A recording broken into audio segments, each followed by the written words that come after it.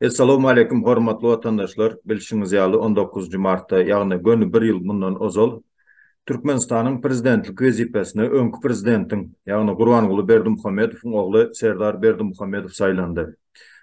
Şu Zoom gepleşigimiziň esasy maksady, ýygnanmagymyzyň maksady, ýagny bir ýylyň dowamında Serdar Berdimuhammedow wezipe geçenden soň halk behbetli näme işler etdi ve nähili ziyanlar getirdi ve nämeler edip bilerdi. Şo barada ýagny halkyň pikirini almak isleýäs. Şutaýa gatnaşyp oturan watandaşlarymyzdan eke pikirlerini soramak maksadymyz bilen şu Zoom gepleşigini ýola goýýas. Söz gezegini ilki bilen ýaşulymyz Nur Muhammed aga bereli. Nur Muhammed aga söz gezegi sizden mikrofonuňuzy açyp gürläp bilersiňiz. Arkaýyn. Hemmeňize salamu aleykum. Şunky gepleşige gatnaşýanlar hem dinleýänler hem görýänler hem hemmeňize Allah kuwat bersin, görjeňiz gowluk bolsun.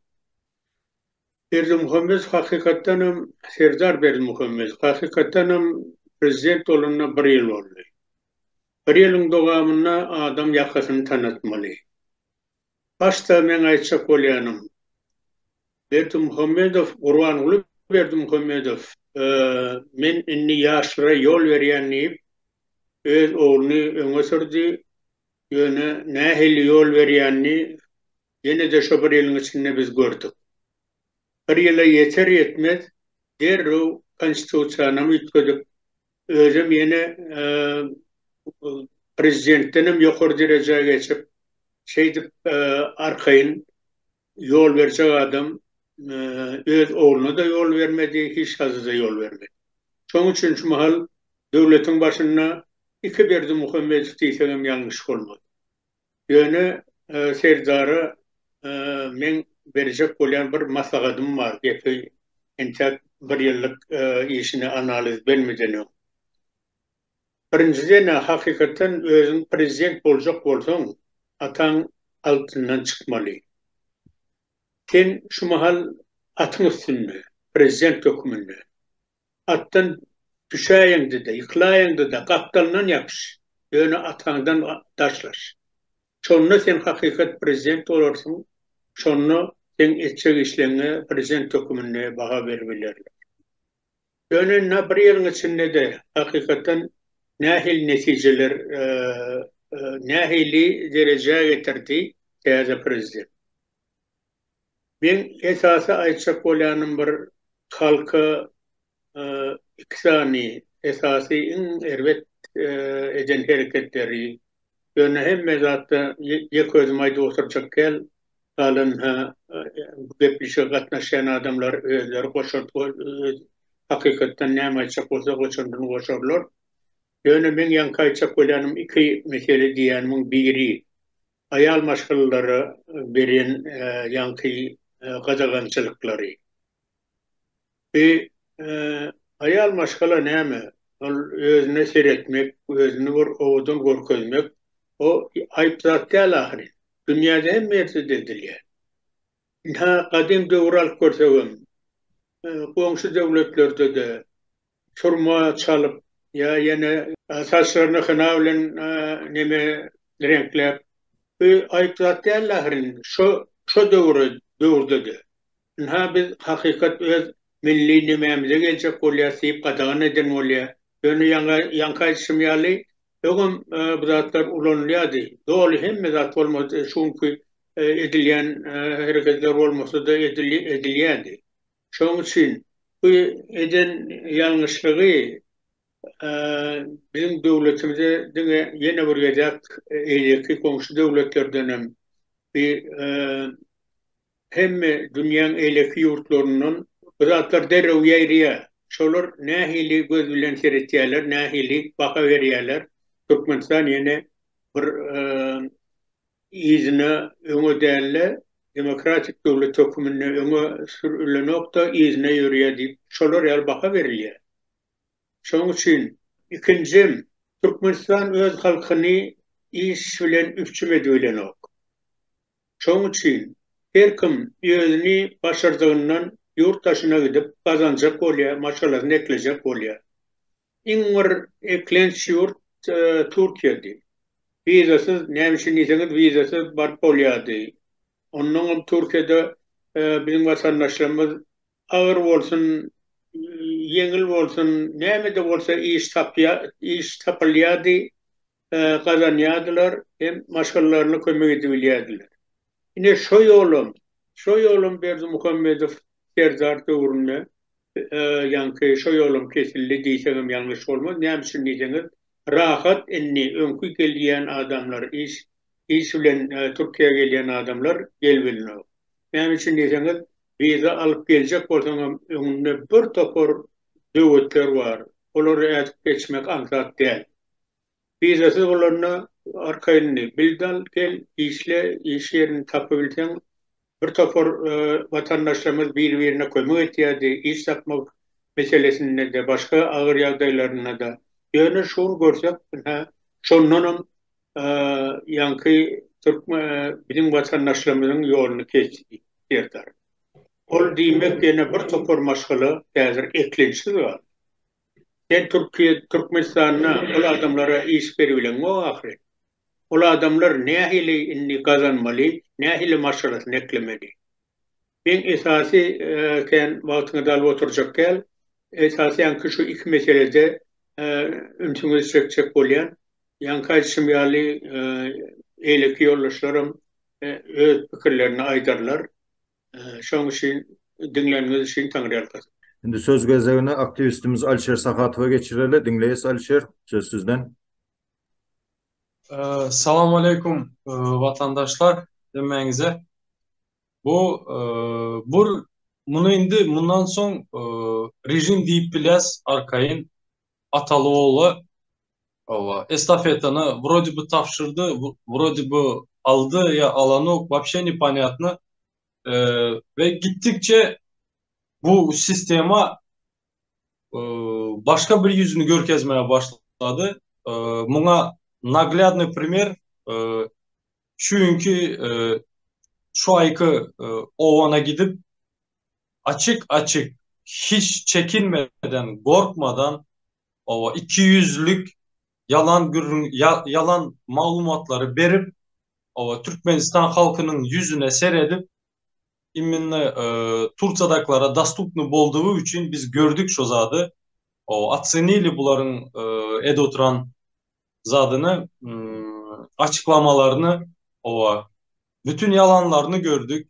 Gittikçe bu Atalıoğlu'nun etyen işi bizi halkı hiçbir şekilde eskermezlik edip bilseler yine bir primer şu yer titreme oldu. 10 il pastradal, 10 il depremin aşağında neçe minlerce, 100 binlerce zat Türk vatandaşı aldı.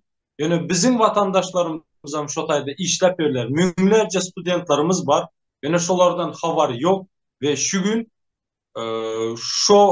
bizim SMI haber serişteleri berenoklar ve konsolosluğa saytlarında da öz saytlarında da şu konsolosluğa paylaşan okşonu gittikçe neredeysem daha güçlendi baskılar gittikçe internetten anırda gısyalar gittikçe bizi bilemok bana şunyalı geliyor liçin menin münenem bizi Kızıl Kitaba salmanın uğruna girdiler deyip düşünen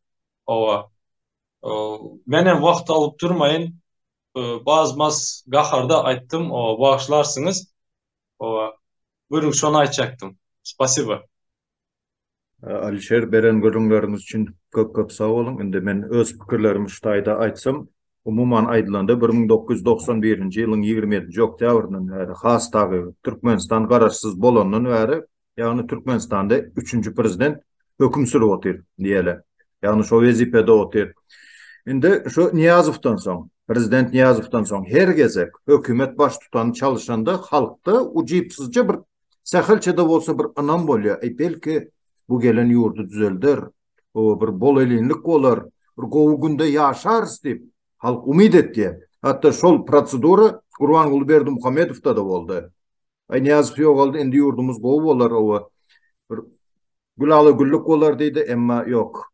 Bolmadı. Şu Serdar Berdimuhamedov da hatta şol sanda menin özüm näme de bolsa, näme de bolsa Serdar Berdimuhamedov daşary ýurtlarda okan, daşary ýurtlaryň ekonomikasyna, razwitýasyna we başga ugrlarda ýagny praktika edinendir. Kakasyna garandy ýurdu gözelleşdirmekde, ýagny adamlara hak hukuk vermekde. Dürlü şertlerde ýagny bir iş görkezer diýen, hatda men özümde de umyt bardy. Edilmen ýaly müňlerçe adamlarda umyt bardy. Ay näme de bolsa ýaş perspektiwny kakasynyň ýalňyşlaryny görüp gelip otyr, şolary düzeder dip umyt etdik, emma gynansak da umydymyz goja çykdy.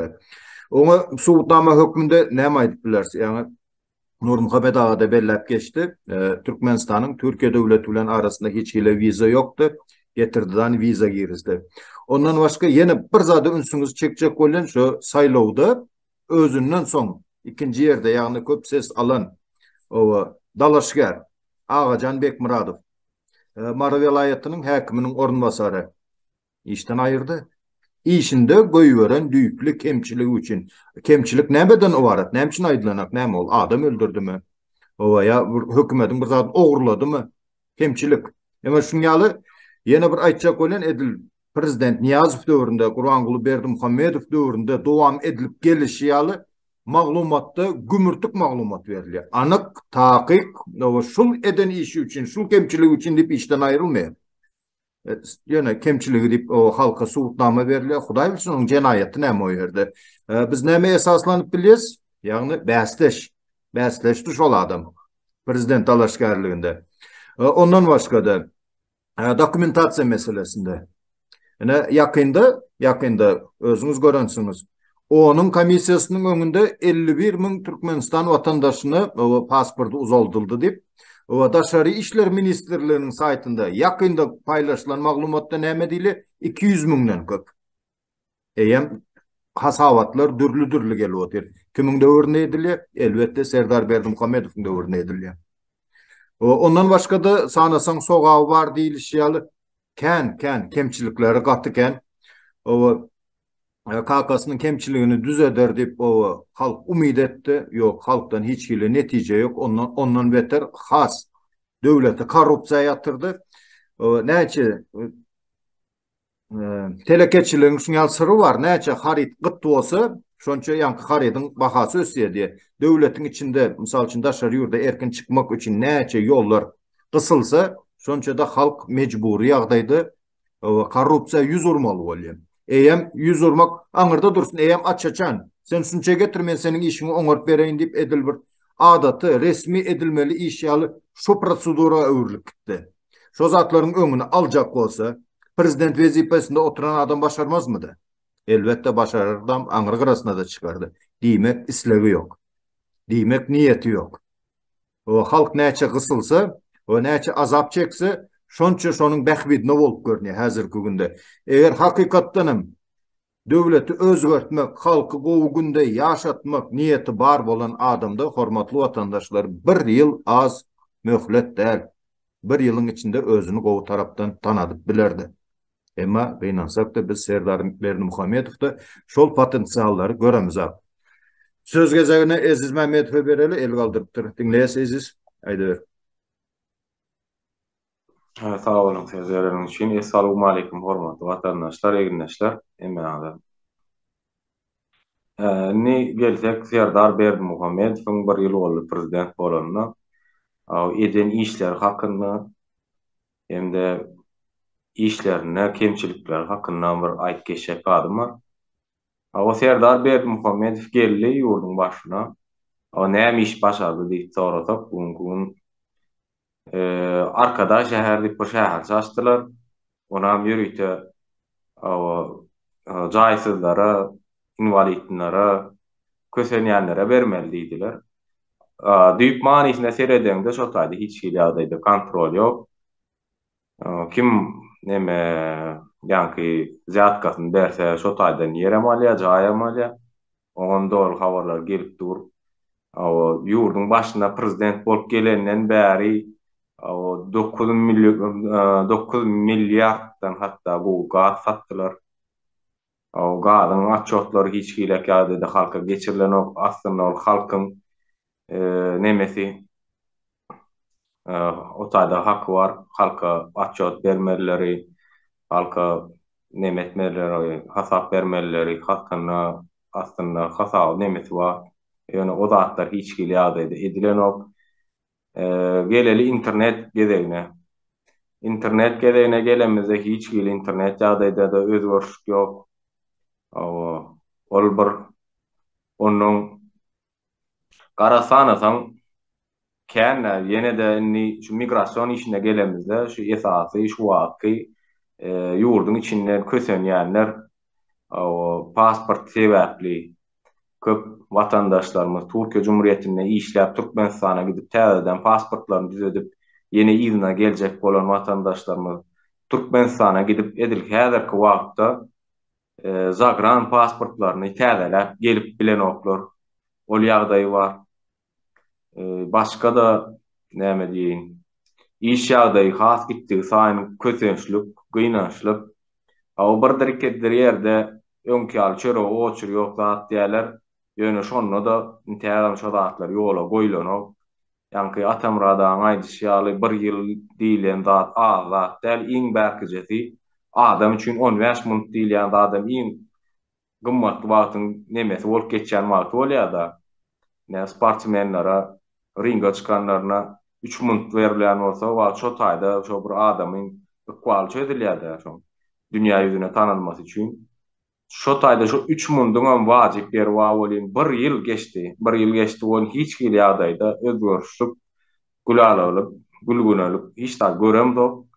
Şonuň üçin bugunky gün bu zatlaryny düzeltmegini hemem halka açyk mediany hemem halk tarapyndan bolmasyny bolmasa başarmasa da işini taşlap gitmesini mene özüm pikirim aýtýan öz ýüregimdäki geçýän zat aýtýan çünki halk depressiýa altynda aýam 32 ýyl bolup gelýär 32 ýyl boldy depressiýa altynda her işini saklanýar bu sabır takat kanagat diýilen zat bu zatlaryň hemmesini bir açdy diýenler yeterim kadýan bu kadarny wara nemeleri söz berenim üçin köp sag bolun. Salam hemmäňize, akşamyz haýyrly bolsun. Men Serdar Berdimuhammedowyň Türkmenistanyň prezidentligine saýlanandan bäri 1 ýylyň içinde üýtgemedik köp zat bar elbetde. Ýöne Progress Online diýen bir web jurnalyň web jurnalynyň taýýarlan maglumatlaryna esaslanyp käbir zatlara geskajyk aýdyp geçesim gelýär. Serdar Berdimuhammedowyň döwlet başçylygyna gelenden soňra hökümet Türkmenistana COVID-19 infeksiýalaryň we ölümleriň ýoklugyny habar bermegini dowam etdiripdir. Pandemiýanyň sebäp bolan önümçiligini we ýurdun raýatlaryna ýetiren emosional we fizik ziýany kabul edilmedi. Ilat bilen hiç hili ýagdaýda epidemiologik hasabat paýlaşylanok. Ykdysady maglumatlarda ýytybarly ykdysady maglumatlaryň kemçiligi zerarly bütün dünýä banky öz hasabatlaryna Türkmenistany goşmadygyny dowam etdirýär. Halkara pul gaznasy bolsa 2020-nji ýylyň aprelinden bäri Türkmenistanyň jemi içerki önümi ösüşini hasaplamak üçin öz çaklamalaryndan peýdalanýar. Bu bolsa hökümetiň berýän jemi içerki önümi maglumatlaryndan tapawutlanýar. 2022-nji ýylda hiç hili ykdysady görkeji, inflasiýa ýani işsizligiň we garyplygyň derejeleri halkyň dikkatyna ýetirilmändir. Syýahaty özüňiz bilýäňiz, Türkiýe döwletine wizalar açyldy. Ol wizany almak üçin hem ýene-de kynlaşdyryldy. Häzirki döwürde jemi 18 sany resmi nama talap edilýär. O resmi namalaryň arasynda da iň aýylganç bolany Türkiýe syýahat etjek adamyň garnaşlaryndan dolanyp geljekdigi barada dilhat alynýar. Bu bolsa hemme kişe el yeterli däl. Türkmen pasportlary ýene-de global meseleleriň biri bolup durýar. Daşary ýurtda okaýan, işleýän we ýaşaýan Türkmenistanyň raýaty üçin pasportyny täzelemeň ýekedäk ýoly elbetde Türkmenistana gitmek. Yer ýüzünde daşar ýurtlardaki konsulstwalarına, ilçihanalarına pasport berilmeyen ýeketek döwlet. Birinji ýerde şonda durýar. Korrupsiýa boýunça da birinji ýerde durýar da öweli. Türkiýede käbir migrantlara uçar syýahat etmeň gymmatlygy ýa-da kanuny statuslaryň näwellidigi zerarly Türkmenistana gidip pasport täzelemek mümkinçiligi ýok bolýar. İnternet, ýene-de internet iň tez ýagdaýda döwlete değişli olan Türkmen Telekom 2023-nji ýylyň 1-nji martyndan başlap belli bir derejede internet tizligini hödürleýän täze 4 we 6 megapiksil nyrhnamalary girizdi. Şeýle de bolsa ýurtda internetiň tizligi goňşy döwletleriňkinden has pes bolmagyna galýar we onuň bahasy adat raýatlaryň ýagdaýyna ýetmeýär. We ondan başga da internet çäklendirilýär. Bolonja işleyen ucipsiz internetem çäklendirilýär, idarlanýar, gorkasyna saklanýar. Şoň üçin bizim Türkmenistanyň içindäki adamlar gatyr internete höweslidirem öýdemok. Raýat jemgyýeti barada aýdamyza ýurdun içinde esasan hem oba ýerlerine bilim, jemgyýetçilik we ykdysady maksatly programmalary hem de hyzmatlary üçin edýän hiç hili jemgyýetçilik guramalary ýa-da raýat jemgyýetleriniň başlanyşlary hasaba alynmandyr.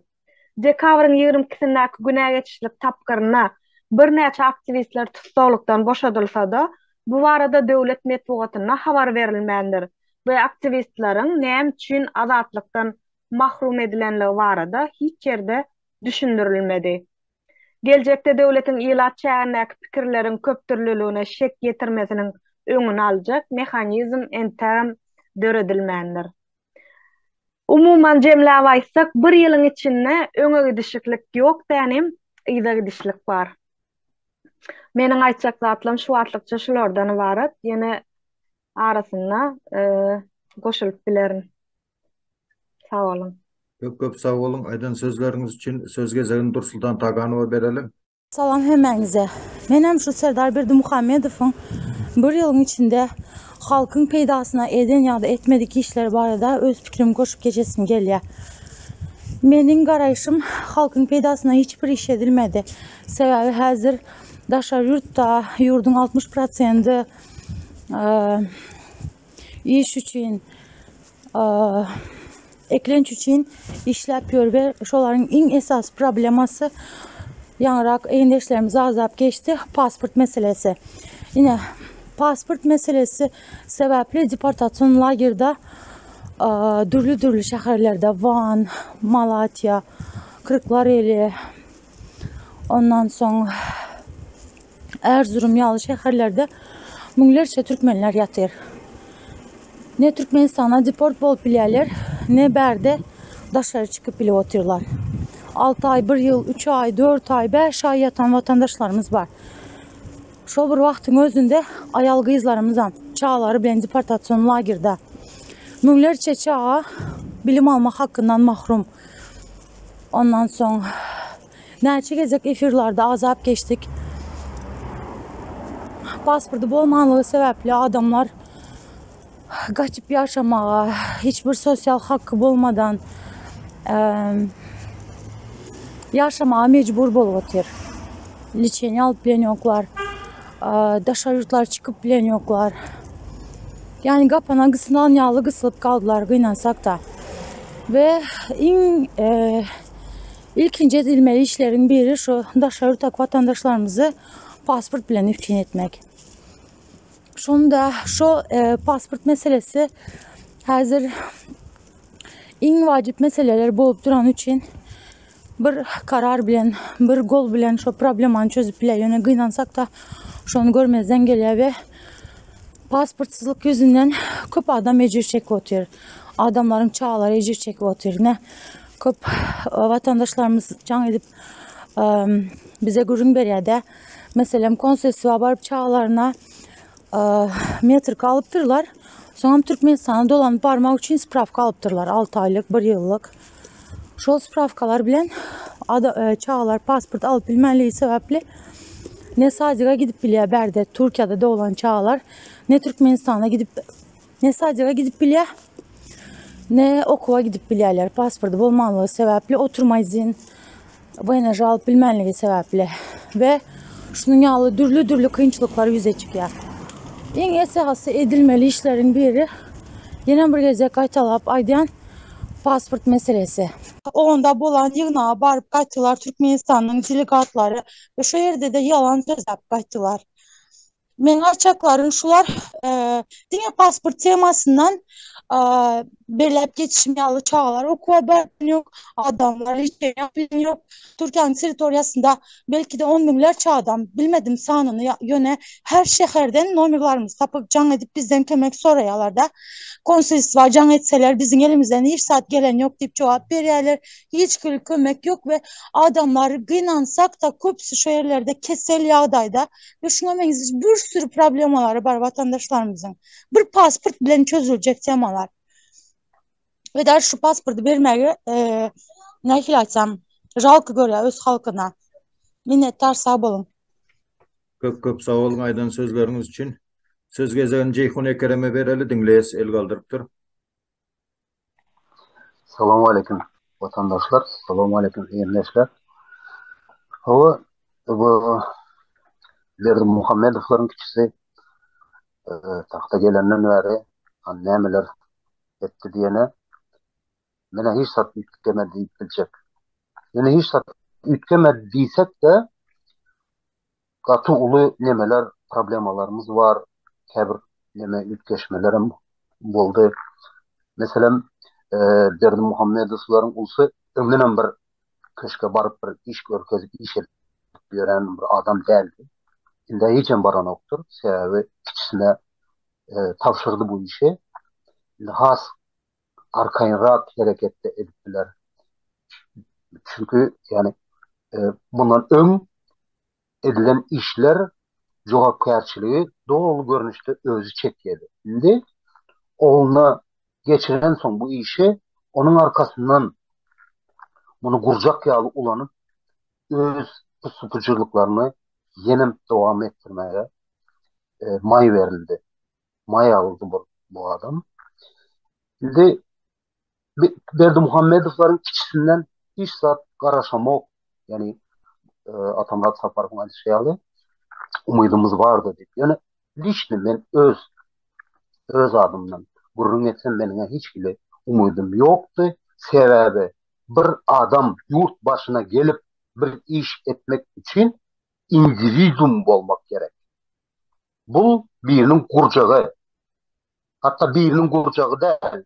Birinin gurcağının gurcağı. Sebebi Berdi Muhammedowyň ulusy olam gurcak. Onu hemmemizden bilýäs. Burada gizliğin bir zat yoktur. Şimdi yurda gaýdyp gelsek, yurdun içi ağla zerzana,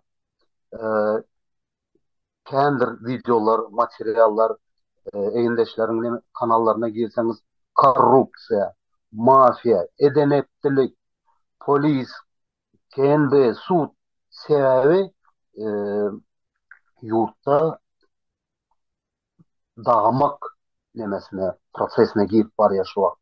Mesela avtoavariyalar gün-günden, mana soňky bir ýylyň içinde avtoavariya 2 gatyna ösdi. 2 derece. Keselçilik 45-47 yaştan ulu adamlar tarpatayın yürek durma. Astanovka serca. Gidip dur adamlar Türkmenistan'ın içinde. Şu pandemiya dövründe şoňa garşy alınan ukolların mana şu wagt şol netijesi gelip dur. Daşoğuz probleması, Daşoğuz katastrofası Türkmenistan SSR'nin Tokmak jurnalında her sanında şul problema tanqidlanýardy. Emma Türkmenistan garaşsyzlygyny aldı. Bu problema, katastrofa unutuldu. Daşoğuz iň soňky katastrofanyň iň soňky basogasynda dur. Owgan kanal, mana Owganistan şu wagt gün batara tarap kanal çekdi. Şu kanal çekilir, açılırsa Amudere Gurya vatandaşlar. Amudere, Karahum kanalı Gurya. Ana ondan soň su için biz kellemizi eteğimizi alıp suun gözlegene çıkarız. Bazarın gımmatçılıkları, bu önkü siyalı köçelerde itleri avlamak, onlar gidip dur. Önkü boluş yurdun içi. Indi migrasiya temasına bir deyip geçmeyi isteyen sebep migrasiya tanış bilişlerimizin aytmağına göre şu vakt Rossiyada uprashonном виде gражданство verilmiş. Otaya Türkmenistan'dan ve Türkiye'den Türkmenistan vatandaşı olan adamlar günde yüzlep, 200'lep gражданство alyamışlar. Seyredin. Türkmenistan bedev gadamı bilen öne varyan yurttan kaçıp adamlar orsa urşun bolyan yurduna kaçıp gittiler. Bu demek neme? Eğer şu vakt yolları açan Türkmen hükümeti açık koysa yurdun içinde hiç kim kalmayacak demeyi netice getiriyor. Şimdi her kim garaşsızlık var adı görün etse, men garaşlılık var adı görün etsek, biz şu vakt azından menin bildiğime 3 devlete garaşlı. Birincisi Xitay. Bizim 5,19 milyar karzımız var. Maliye gördüğünde biz Xitay'a garaşlı. Levap velayeti kabir rayonları yani Xitay nemesine öğrüldü diysem yanlış Mars kolonyasına. İkincem Rusya. Rusya ne için bizim üstümüzde dur? Sebebi bu Bermuhamedovların eden pusupucurluklarını bildiği için Rusya bizim üstümüzde ağalık. Biz hatta paş töleyes deseyim yanlış olmaz. Biz köpük belki de muht gaz geçiriyoruz Rusya. Rusya bizim gazını alıp Avrupa satıyor. Üçüncem Afganistan. Afganistan ne için biz Afganistan'a karışlı?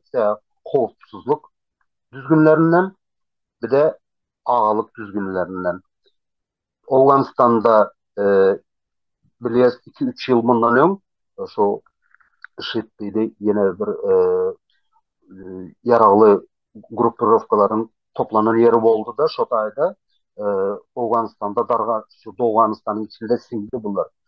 Şondan korkup Berdimuhamedov her ay her hepte dünyalı Türkmenistan'dan Afganistan'a humanitar kömek deyip harit uzatıyor.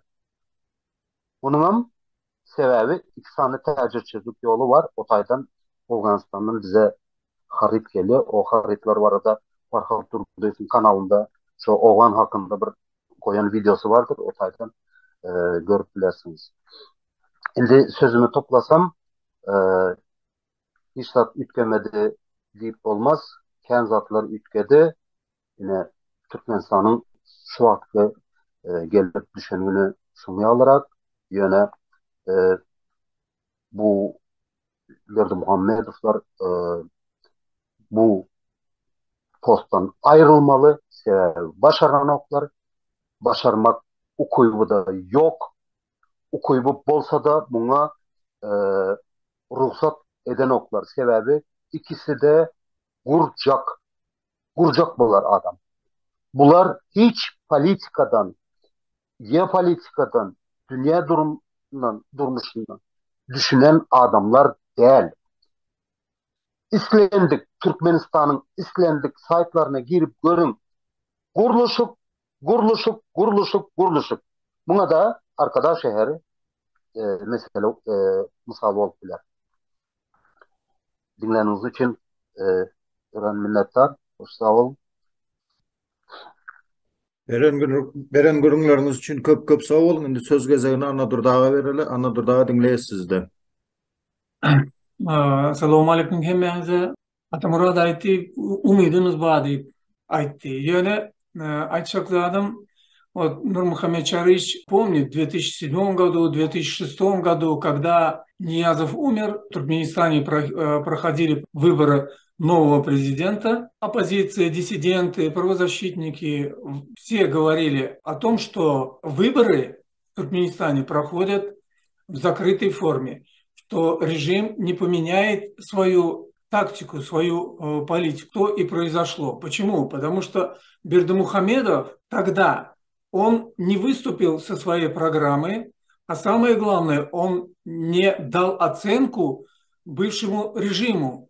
Он не сделал свои главные цели, не проявил политическую волю и не дал вот эту оценку бывшему режиму. То есть тогда, как и сегодня, народ избирал человека в коробочке, не зная, кого он избирает.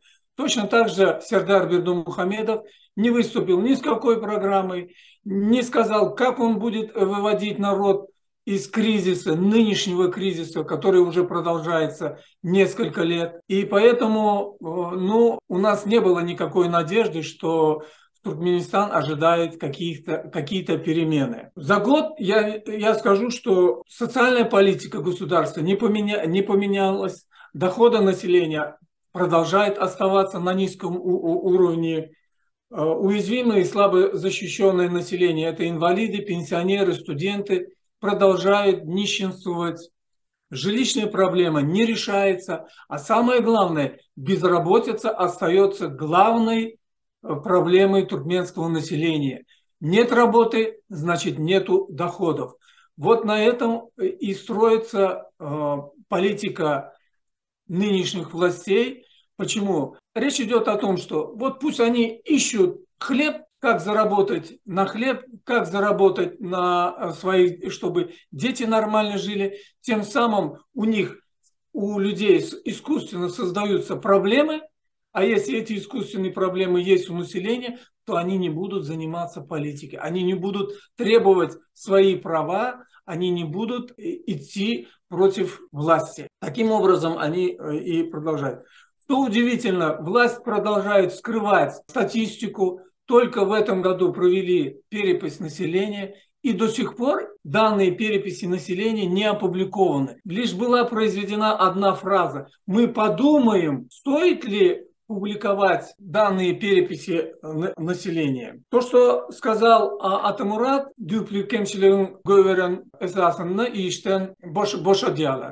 эта тактика еще применялась, начиная с 1994 года Ниязовым. Эта тактика применяется и сейчас. Для чего? Для того, чтобы запугивать тех людей, которые стоят у руля той или иной отрасли. То есть, вот мы тебя уволили, но если ты откроешь свой рот против нас, то мы в любой момент найдем какой-то повод для того, чтобы тебя посадить. А поводом это является то, что вот это постановление президента о том, что чиновник уходит с должности, где допустил некие ошибки, о которых никто, к сожалению, не знает. Бердымухамедов очень долго рекламирует электронное правительство, говоря, что вот мы проводим цифровизацию, очень любят произносить такие слова, но, извините меня, сайты многих министерств и ведомств – это жалкое существование каких-то блогеров. Если Бердымухамедов хотел бы сказать, что у него на самом деле электронное правительство, то те проблемы с паспортами могли бы давно в посольстве взять и биометрические данные у всех граждан, которые проживают за границей, отослать их в Туркменистан, получить на основании этих биометрических данных, оформить все паспорта и через посольство выдать, просто выдать. Другое хочу сказать, граждане Туркменистана продолжают жить не по закону, а по воле Бердымухамедова. Тот же закон о миграции, о котором мы говорим, вдруг депутаты Меджлиса ввели один пункт, где говорится, что президент может своим постановлением продлить срок действия паспорта. Причем тут закон и причем тут воля одного человека. Пусть даже этот человек наделен властными полномочиями. Закон должен работать, и закон не должен зависеть то ли от президента, то ли от премьер-министра, или от прокурора, или министра. Закон, и на то закон, что он ставит всех нас в равные условия. И хочу добавить, что никаких изменений в политической, ни в социальной, ни в экономической сферах в Туркменистане ничего не произошло. И туркменское общество все, как сказать, падает, падает и падает в бездну. Я не знаю, чем закончится в конце концов правление Бердымухамедов, но ожидать от них лучшего не стоит. Спасибо. Alşer Sahatova söz vereli, dinleyiz. Alşer Aydıver. Anadolu Dağı'nın aydışalı цифровизация просто не клеится bizim режим bilen. И мен могу смело сказать, Турцияда единое окно госуслуг var. Единое e-devlet adı. Türkmenistan'da da Türkmenistan Zalatoy Vek deyip ayttılar. O onda da biz girdik, gördük, barladık. Anadolu Ağa'nın aydışalı o sayt любой bir blogger просто açıp bile и аңыра girip görseniz тоже пропаганда Бердымухамедов ведется. И bizi aydışımızı alıp izle çekiyor. Yani ben şu tayda başka bir zadı ünüs çekecek böyle, ünsünüz çekecek böyle. Seredin ben şunyalı bir bilen güründeşlik geçtim. Bir student öylendi Ukrayna'da okapıyordu, öylendi. Ukrayinka Turça uruşu oldu, Turça'ya göçüp geldi. Ayalı bilen savmesini yaşadılar ve çağası oldu yankı yiğidin. Türkmen oğlanın ve Ukrayn gelinin çağası oldu. Ve bunlar başka bir yurda gidecek olup, Turça'dan gidecek olup, berde de bazı krizise giren son, Avrupa tarafına gidecek olup, yankı kızına, çağasına, Türkmenistan pasolyasına varıp dokument alacak boluyorlar. Dokument alacak boluyorlar, pasport. Çıkıp gitmek için требуется pasport. Şu çağa. Даже metrika berenleri kağız açça şundan başka zat berem. Men bu bilen çıkıp bilemok diye, çağım bilen gidip bilemok. Bir yerde de koyup olanok, o men çağım diye. Bu papal ne Türkmenistan'a diye. Yok vermediler. Korkuzup boğup koyverdiler. Yankı er ayalı. Şimdi самый важный момент şu tayda. Şu yankı er ayal Ukrayna'nın посольствосuna barya.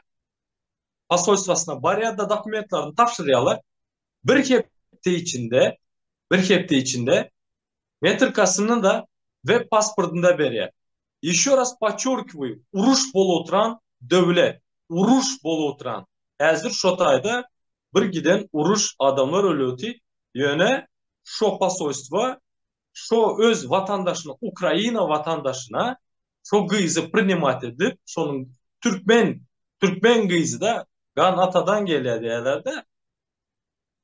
Gıyızına pasport verip bağışlan biraz geciktirdik. Bizde de ene şunyalı Ukrayna'da uruş bolotu deyip izvineni sorayalar. Biz şu günkü gün Türkmenistan ne пополняется neredeyse dine yitirotuyuz. Halk yitiroti. И народная нетерпимость yine bu Munyalı gitse bu rejimde köpe gitmez. Народная нетерпимость var и что-то в другое вольется. Bunların edişinde. И şu bir yılın içinde daha 10-15 etse beterleşti. Serdar Berdimuhamed. Yine bir ezayet. Yani başaran o ki işini я лично, как гражданин Türkmenistan требую все в отставку gitsinler. Spasibo söz vereniz için. Alşer Aydan sözleriniz için köp sağ olun. Söz gezegini Ahmet Ağa vereli. Ahmet Rahmanov dinleyiz sizi. Men ruhsat berseler Nurmuhammed Ağa bir neçe soru verecektim. Ruhsat berseniz Nurmuhammed Ağa. Aslında Birinci sorak, siz şu aparatda işlen soň birazcık hökümetin ýagdaýyndan habarymyz bar, şu strukturasından zadından. İnterneti açmak için, karara gol çekmek için näçe wagt gerek bir prezidente? o kendi vakti gerek ol. Ediliyor bir murdun içinde olacak öyle. Indi şu pasportları vermek için, karara gol çekmek için näçe wagt gerek? Ona karar gerek. Hı O hı. karar var. O dünyada hem devletler oluyor. O dünya yankı Dışişleri İşler Ministerstvosu var. Şolar pasportlara, konsoloslulara görkezme veriyor. Özüm kağıdam gerek geliyor. Yani telefon üstünden. Tordu. Ol yöne diyene bu Türkmenistan'ın rejimi prezidentten başlar. Onun şu esası sebep. Prezidentten başlap halkın aladasını eden oklar. Halka dine önüne bövet koymak, problema döretmek, barına eten hareketler şu. Halka yenilik verecek olsa dine değmeli. Ol diyanen ha yani gören mi? Alişer aitti. Ukrayna'da urş gidip dur. Şonda da pasolstvolar öz vatandaşına ayal maşgala çağası bolupdur. Yani o tafawudy yok. Takas Türkmen mi ya başka millet mi?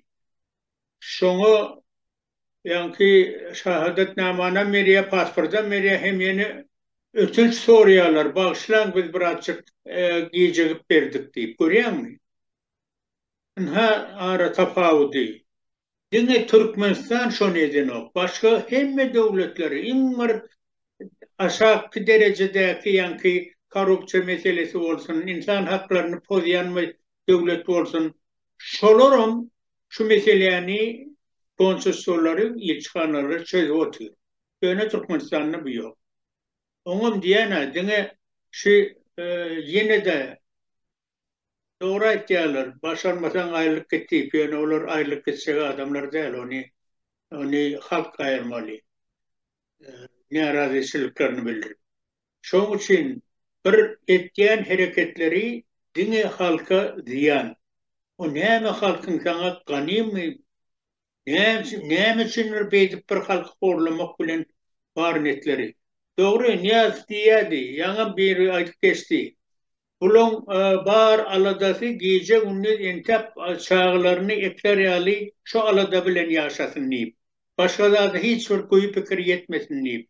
Ana şu derece getirecek bolýarlar. Ýöne ol halkyny sevýän bolsaň, halkyň sen gulun däl ahyrin. Beýleki döwletlerde gullaram şu bizim döwletimiziň içinde halkdan bu ýaşaýan kadýan dogrusyny aýtsak. Şoň üçin bir deňeşdirer ýaly. Ol problema däl, oňa kanuna merekkel, hiç adam merekkel. Diňe bir görkezme. Ende yine iki soru var, ruhsat verseniz, Muhammed ağa. Biri şu mesele, pasport meselesi. 10 yıllap Türkmen raýatları, vatandaşları gynanýar pasportsuz. Ende bizlerin avtoritar, unitar Respublika Türkmenistan'ın prezidenti mi günahkar bu meselede, yoksa konsulluk, elçilikler mi günahkar? Yok, onu yanım aydık Çözülmediği geçtim. için. Onu konsoloslar günahkar değil. Konsoloslara görkezme verirseler, onlar gidecek yerini yere. Ben özüm ilçihanada işledim ahri. Bize Dışişleri İşler Ministerlik ruhsat veren noktu. Yankı olmanına şu blanklar var, pasportun blankı, ya şahsiyetname. Şonum ilçihanalara Türkmenistan'dan gelen o. Olarda yoğum çok verecek olayınlık. Yani için neyse düğütten anırdan kadağın etiyorlar. Onun etiyeninin hem sebebi dine şu halkın üstüne kontrol etmek için. Şu vakti oturuyan pasportun, vaktinde Türkmenistan'a gelsin. Ha görüyen Türkiye'de girildi vize. Inni şu gidecek bolsaň hemme zadyňy düzedeýäň dedi. Ýaňy geçtiler. Bir topar nimelerden, böwetlerden äzik geçmeli. Vizan şu ruhsat aljak bolsaň Türkiýe gitmek üçin, viza bermek üçin. Şonu alaýanda da iň soňky saňa berilýän sorak. Sen boyun bol, Türkiýe baranda hökümete karşı hareket etmeyeceğini barada. Görüyorsunuz. Şu bar problemi şunu, bunlar korkuya, korkun son, kontrol edecek olup etken hareketleri. Ende soň soragym Serdar Berdimuhamedov mundan bir ýylyň kasam berdi halkyň önünde. Halkın aladasyna etjekdi. Bütün eden işleri görýäs tersine edýär köpüsi. Indi kasam beren adamdan nädip sorap bilýäs? Kasamda beren sözlerini tutmak ýagdaýda. Ol adamlar sözünde durýan adam däl. Şu mahallam diňe şu kasam beren nedel. Häzir aýdyp täbir ýanky ýygnaklarda ýa ýene orduşluklarda biz bar etýänimiz halkyň aladasy, halkyn rahat yaşar ýaly problemasy, yaşar ýaly etken sosyal meselelerini çözmek üçin etken hareketlenme diýip boş söz bulan, sözü bilen etken harekete dengelen. O dengem gelmez. Totalitar rejimi, diktator rejimde hiç vaktam etken sözleri bilen etken hareketleri dengelmez. Ýöne na tarihe alyp görsek, bir topar şular ýaly diktator rejimli ýurtlary tarih boýunça alyp görsek. Olaň soňu bar. Ahir soňu şu rejim şu döwletde kesilýär. Şu döwletiň şuma halky etken, halka etken agyr ýagdaýlar döretýän ýolbaşçylar jogap berýär. Bir Türkmenistanda da nesip bolsa o güne gelir. Ýöne şuun ertir diýip aýdyp boljak gel. Ol mahalky ýagdaýda halkymyzyň sesini çykarman oturşy bilen öz-özünden bu zatlar ütkemeýär. Ýöne ütgejegi iki usullän. Bir ogiç belki biz görmeriz. Ýöne gelecekde ütgejegi barada gurrumy ýok. Hökman ütger. Bir halky horlayan adamlar hem hökman öz jezasyny çeker.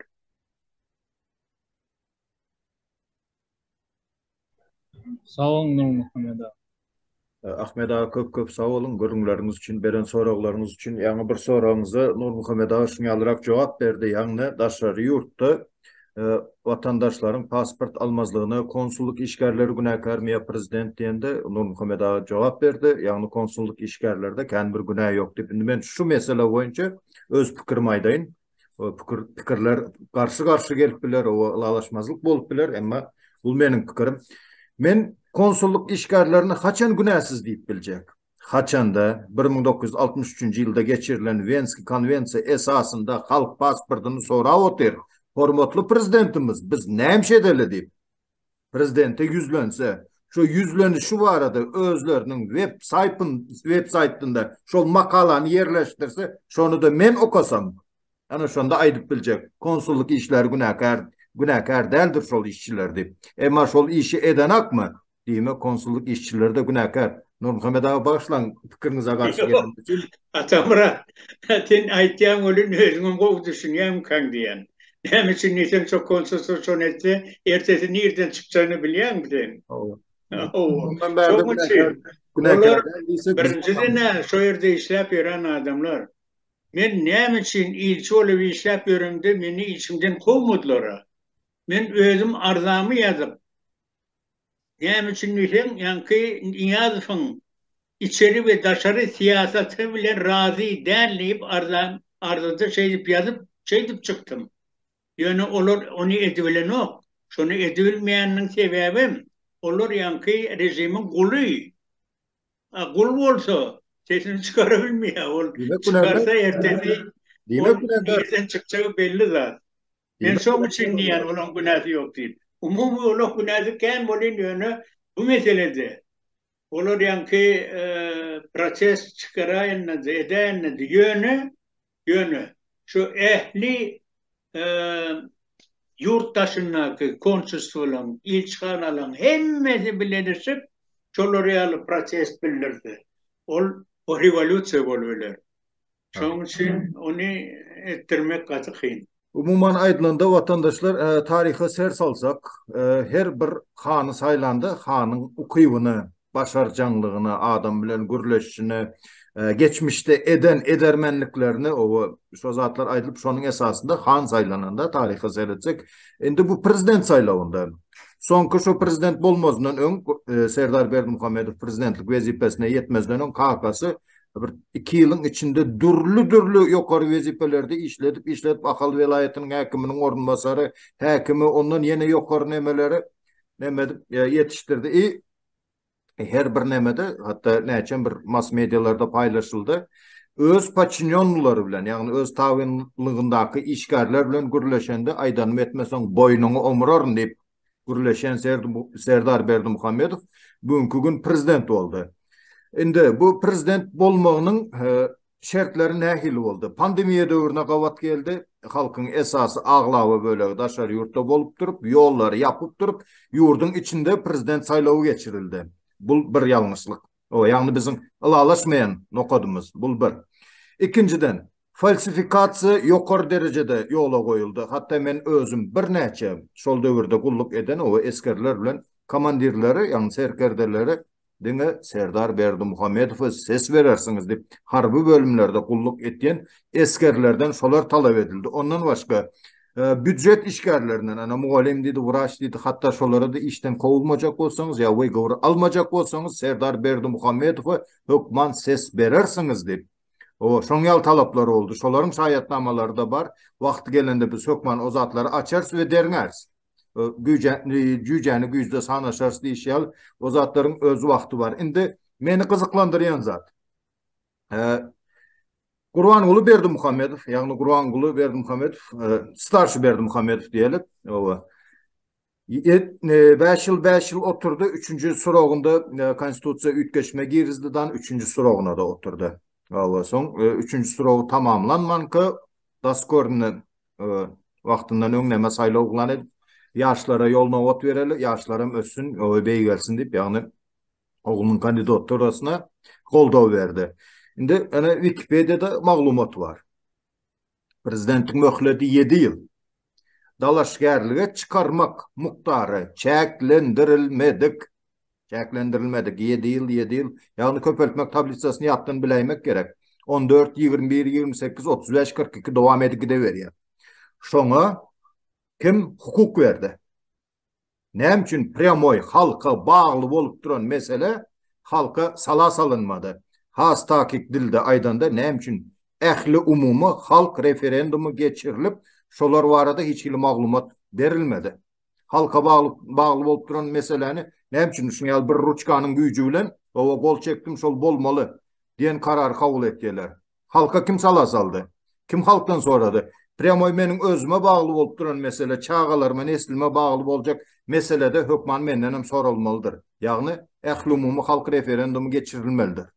Emma şul zatlar edilmedi Türkmenistanda.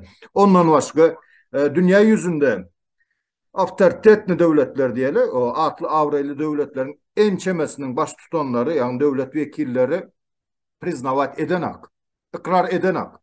Türkmenistanda soňky geçirilen prezident saýlawyny ikrar edenak. Ona misal et, hatta özüňiz hem görýänsiňiz, köplenç awtoriteti, ýagny pes döwletler bilen has bir nemede düşünjede zatly izda döwletler bilen, ýagny şolar bilen gatnaşyk etýändir. Ýewropa döwletleri bilen kän bir baryp nemedik bilen ak. Ýagny günü galyp duran döwletler bilen köprek nemetýär. Şoňa esaslanyp şu netijeni hem çykarsak bolýar. Umuman vatandaşlar, aýtjak sözlerimiz, pikirlerimiz şulardan ibaret. Sözlejeğiniz var olsa yüzlenip bilersiniz. Alişer Sahatova söz vereli, elini kaldırdı. Şu videonu görýän vatandaşlara yüzlenýän şun ýalda Serdar Berdimuhammedowyň yüzünü görecek bolsaňyz, inşallah pasportuňyzy almaşdyrmaga gidersiňiz. Ses berde talap etmejek bolsaňyz, gidersiňiz Türkmenistana ve anarda karşılaşacak zadınız şu bolar. 6-7 saat sizi tutarlar. Biz her gün TikTok açacağız efirleri. Biz şotayda bize aydıp berýärler. Gelen adamlar gidip anırdaki garymdaşları habar beren adamlardan karşılaşacak zadınız. 6 saat 7 saat saklarlar sizi. Eğin başlarınız içindeki hemen var olsa etrafa saçıp gorkuzarlar sizi. Sizi daprosa çekerler. Atamurad'ı tanıyan mı? Nur Muhammed Han'ı tanıyan mı? Şu oturanları tanıyan mı? Şolar bilen hiçbir şoların videosunu görüp like bastın mı deyip sizi daprosa çekerler. O iki. Ondan başka da sizin pasportunuzu alırlar. Pasportunuz bir alıp gider. Şu tamorcukların bir alıp gider. Sen İstanbul, Aşkabat diyelim Türkmenabad biletin var olsa şu pasportunu alacak olsan senden vzatkan alırlar. Ondan son tapıp verirler senin pasportunu. Düşüneniz mi? Size açacak zadım bir zadı talap etmesek göreceğimiz dine azaptır. Proz şunu açacak ben proz vıvıt edinler. Ya şu zada tavin bolarsınız ya da talav etmeyi öğrenip de normalni жизни yaşarsın. Şunu açacaktım. Spasibo. Mümkün olsa Atamurat men bir iki söz aýdaýyn. Aýdygaýdyň. Men öňüme geçtim. Hakykatdan Serdar ýaş şigit. Köp örewleri gördü. Ben yurt taşında da işledi. Elçihanlarda da halkara gurumlar bilen iş çalıştı. Şoň üçin tecrübeli öz atasy bilen deňeşdirilenne, atasy geçenne oň hiç bir yankı nemesi tecrübesi ýokdy. Siyaset üçin de, ekonomik üçin meselesinde de. Şoň üçin ol yankı katı kokşok prezidentligi başladı. Yani geçen de aytıp geçti men Niýazyň ýolunda dowam etjekdi. Yani Serdar geçenne hakikaten ilki menem doğrusunu doğru açacak. Bir pikirlendim ki hakikaten ýaşygyt köp zady köp neme etaplar geçip tecrübeli bu hakikaten bir ütkeşek form kadip pikir etdim ol yani o esliyenem olsa edilmiyor. Näme üçin niýeňe doli atasynyň altynda. Ol ütkötdirmiýär. Şoň üçin deňeşdirmek üçin Kazakystan alyp göreli. Ýöne o ýerde Nazarbayew ogluny däl. Şoň üçin o ýerde mesele çalt çözüldi. Şu halam dowam etýär. Görýäňizmi häzir konstitusiýany ütkezip zady prezidentlige bir gedek saýlanmaly, iki gedek däl, bir gedek saýlanmaly diýip şu karara geldiler. 7 yıl bir gedek oturdu. Türkmenistan'da görýäňizmi muny ütkötmek kata ansat. Hawa Gurbanuly iki şirok geçti, ýöne ýol berip, inni häzirki eden hereketi prezidentin ömütünde. Şoň üçin o Serdardan ütköçükleri garaşyp bolmaz. Ýanky Alişeriň aýdyşy ýaly öz hakymyzy özümiz talap etmesek bu ýagdaý itdigiçe beserleşer. Ene gysgamyň aýtjak bolýan. Yok olsa Cemleliň onda vatandaşlar geleniňiz üçin, o Zoom efirimize gatnaşanyňyz üçin köp sag bolun, hormatly tomaşaçylar. Sizem şu Zoom'a gatnaşanyňyz üçin, ýa-ni tomaşa edeniňiz üçin, goýan like'laryňyz üçin, ýazjak kommentariýalaryňyz üçin köp minnetdar. Taňry ýalkasyn. Durmak ýok, göreşe dowam. Ihlas bilen aglasaň diýe sokur gözden ýaş çykar diýip ata-babalarymyz aýdan, ondan başga da ağlamadık çağa diye emzik verilmez diye o ümsüm otursak otura veriyoruz vatandaşlar. Yani kayıtışmayalı köpürtmek tablitsasının o 7'lik tablitsa o 7 yıl, 14 yıl, 21 yıl üstümüzde oturtmacak olsak o üstümüzde otursa da meyli diyerdik eğer de özgörçlükler bolan olsa bir halk behvetli iş edilip oturulan olsa şu göze iyilen olsa bor diyerdik ama biz o zatlar göremzak Owa. Halkyň elinde şo zatlary düzeltmek watandaşlar siziň eliňizde. Köp sag bolun. Kapsa olun. Hemmeňize sag bolun, Taňry ýalkasyn. Sag bolun.